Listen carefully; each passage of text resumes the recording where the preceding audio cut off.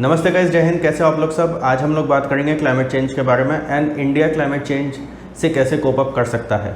अभी आपने देखा होगा कि सितंबर के टाइम पे एंड अक्टूबर के टाइम पे बहुत बारिश हुई है इंडिया में। तो वो क्यों हुई है?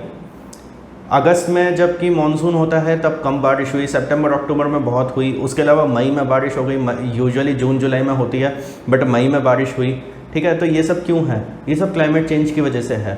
इसके अलावा कितने आपने देखा होगा कितने अलग अलग वाइल्ड फायर्स हो रहे हैं, सब कुछ है, अलग अलग देशों में हो रहे हैं। इंडिया में भी हल्के फुल्के कहीं कहीं हमने इंसिडेंट्स वगैरह सुने हैं। उसके अलावा कहीं लैंडस्लाइड्स वगैरह हो रहे हैं, कहीं कहीं पे अर्थक्वेक का चक्कर है या फिर कुछ भी है। ये जो सारे नेचुरल फिनोमेनास होते हैं ना, ये सब क्लाइमेट चेंज की वजह से हो रहे हैं एंड अब ये बढ़ते ही जा रहे हैं। अब ऐसी सिचुएशन आ गई है कि हम यूरोप के जो ठंडे देश होते हैं उनमें भी हम फॉरेस्ट फायर्स वगैरह के बारे में सुनते हैं।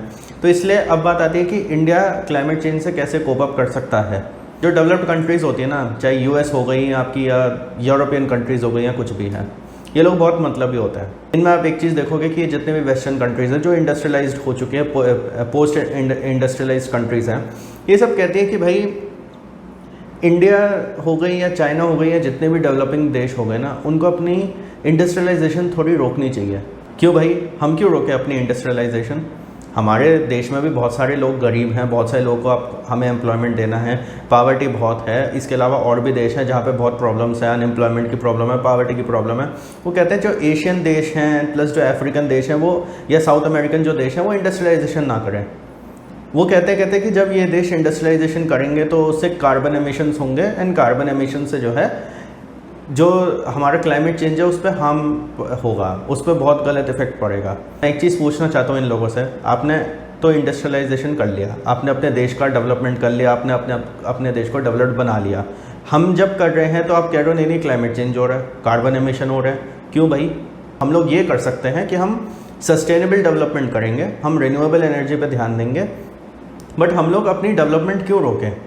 तो ये खैर इनका एक प्रोपेगेंडा है, उनको छोड़ो। खैर वो तो आप लोग को पता ही है कि जो लोग फॉरेन मीडिया देखते होंगे या फॉरेन के लीडर्स आप देखते होंगे तो जो ये वेस्टर्न वर्ल्ड है इनको बहुत प्रॉब्लम्स होती हैं जब इंडिया या चाइना जो है ग्रो कर रहा होता है। तब मैंने देखा है न्यूयॉर्क टाइम्स हो, वॉशिंगटन पोस्ट हो या जो भी है वेस्टर्न मीडिया है, ये लोग कुछ भी उल्टा सीधा बोल देते हैं ना, तो हमारे देश के लोग जो है ना हमारे ही देश के लीडर्स पे एंड प्लस हमारे ही देश के लोगों पे डाउट करना शुरू कर देते हैं। मतलब कल को न्यूयॉर्क टाइम्स में, वॉशिंगटन पोस्ट में कोई भी गलत खबर आ गई इंडिया के बारे में कि इंडिया में कार्बन एमिशन ज़्यादा हो रहे हैं, वो क्या करेंगे? वो अपने देश को ही गाली देना स्टार्ट कर देंगे। वो ये सोचते हैं कि अगर किसी गोरे जर्नलिस्ट ने कुछ लिख दिया तो वो उसने सही ही लिखा होगा। देखिए ज़रूरी नहीं है, बहुत सारे वेस्टेड इंटरेस्ट ग्रुप्स भी होते हैं। इनफैक्ट मैंने देखा है हमारे इंडिया में भी कुछ NGOs ऐसे हैं जो उन से पता नहीं फंडिंग लेते हैं क्या है क्या नहीं है, उनकी बातें सुन के जो है वो भी यहाँ पे कभी कोई प्रोजेक्ट रुकवा दिया, कभी कुछ कि भाई एनवायरमेंटल प्रॉब्लम्स हो जाएंगी, क्लाइमेट चेंज का चक्कर है, ये है वो है एंड ऑल दैट। खैर वो एक डिफरेंट डिबेट है। बट अब मैं आपको 5 ऐसे पॉइंट्स बताऊंगा जिससे हम लोग इंश्योर कर सकते हैं कि क्लाइमेट चेंज का इंडिया में उतना इफेक्ट ना पड़े। सबसे पहली चीज़ रिन्यूएबल एनर्जी। देखिए अभी कोल क्राइसिस वगैरह है, मैं इस वजह से ये बात नहीं बोल रहा हूँ, बट ओवरऑल जो है हमारे देश में 80 to 85% अभी भी कोल से बिजली बनती है जिसका यूज़ किया जाता है। उसको हमें हो सके तो 5 या 10% पे लाना पड़ेगा। हालांकि मेरा बस चले मैं तो उसको 0 ही कर दूं, बट ये है कि हमें कोल से भी जो बिजली है वो भी ज़रूरी है ही।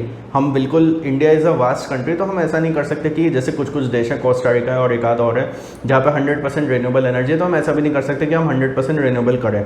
बट हाँ ये ज़रूर है कि हमें उसको कम से कम 10% पे लाना होगा। हमारी 90% जो बिजली है वो हमारी सोलर पावर, विंड पावर या जितनी भी रिन्यूएबल सोर्सेज ऑफ एनर्जी है उससे आनी चाहिए। दूसरा पॉइंट होगा फ्यूल्स। अब जैसे नोटबंदी हुई थी, मेरा बस चले मैं डीजल बंदी एक कर दूं कि भाई जितनी भी प्राइवेट गाड़ियां हैं, हालांकि कमर्शियल गाड़ियां तो कन्वर्ट होने में भी टाइम लेंगी, बट प्राइवेट जो गाड़ियां हैं उनमें तो ऑप्शन है ना हमारे पास कि हम डीजल से स्विच ओवर कर सकते हैं।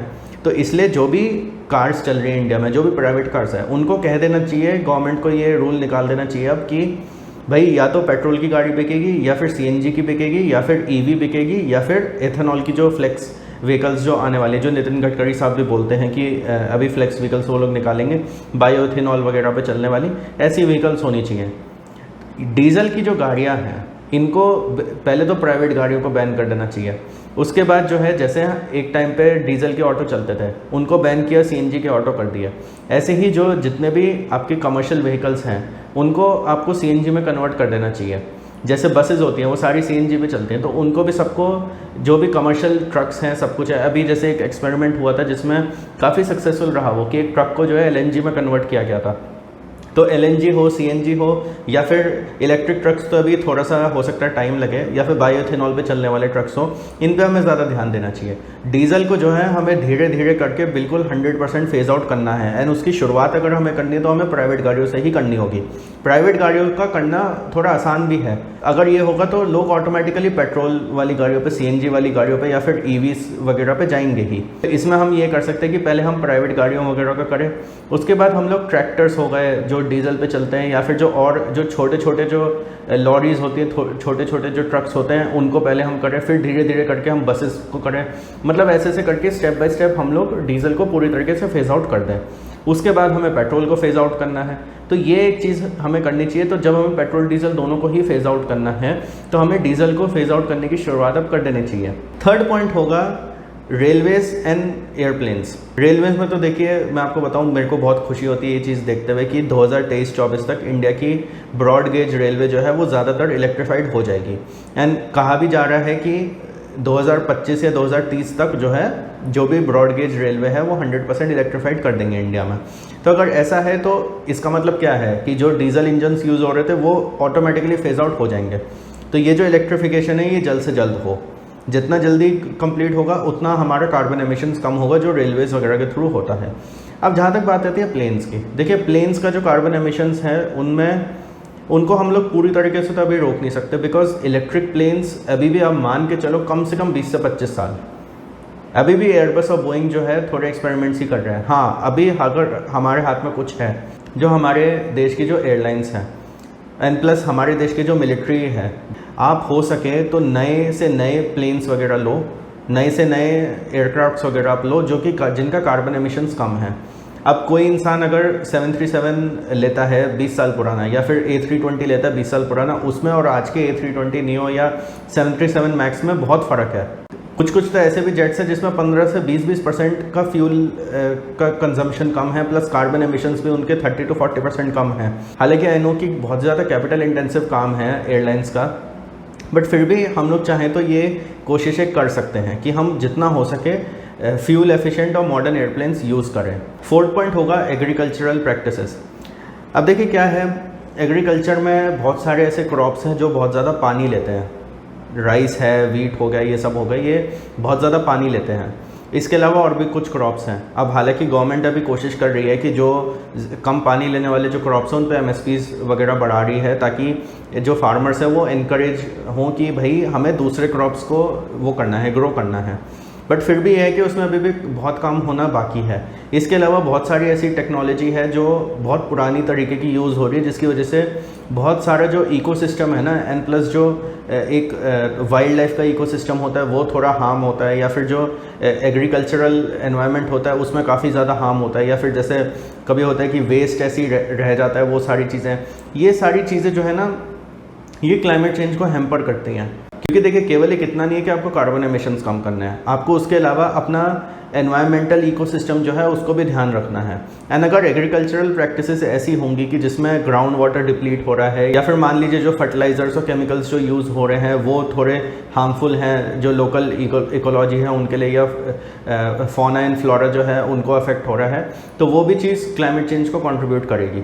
फिफ्थ पॉइंट होगा इंफ्रास्ट्रक्चर डेवलपमेंट। अब देखिए इंफ्रास्ट्रक्चर डेवलपमेंट में मैंने हमेशा एक चीज़ देखी है कि पेड़ काट के हाईवे बना दो, पेड़ काट के मेट्रो बना दो, या पेड़ काट के बिल्डिंग बना दो, वॉटेवर। या फिर माउंटेन्स में जो आपने देखा होगा कि बहुत सारे पेड़ काट के बिल्डिंग्स वगैरह बन जाते हैं कमर्शियल एक्टिविटीज़ वगैरह के लिए। एंड फिर उनका क्या हाल होता है, वो आपने जो केदारनाथ का इंसिडेंट हुआ था 2013 में, वो आपने देख ही लिया कि पेड़ कटे हुए थे तो उसकी वजह से फ्लडिंग बहुत सारी जगह हो गई एंड बहुत सारा नुकसान हुआ था। बट वही बात है ना कि कोई सीखता नहीं है। अब जैसे जो दिल्ली मुंबई एक्सप्रेसवे जो बन रहा है उसमें बीच में बहुत सारे ऐसे एरियाज़ हैं जहाँ पे जंगल है, नेचुरल इकोसिस्टम है, तो वो ताकि हर्ट ना हो इसलिए नितिन गडकरी जी ने क्या करा, कुछ जगह तो उन्होंने फ्लाईओवर्स बना दिए गाड़ियों के लिए नहीं, जानवरों के लिए। मतलब आप एक्सप्रेस वे पे जा रहे हैं एंड ऊपर से हाथी जा रहा है, ऊपर से शेर जा रहा है, या ऊपर से डियर जा रहा है, या फिर भालू जा रहा है, कुछ भी है, जो वहाँ पे एनिमल्स हैं उनको कोई प्रॉब्लम नहीं होगी कि भाई हमें रोड की एक तरफ से इस तरफ जाना है तो हमें कोई अफेक्ट नहीं होगा उससे। उनके लिए एक फ्लाईओवर बना दिया गया है हाईवे के ऊपर से। इसके अलावा कुछ जगह ऐसी थी जहाँ पे जंगल बहुत थे, नेचुरल इकोसिस्टम था, तो वहाँ पे अंडरग्राउंड कर दिया गया है जो हाईवे है।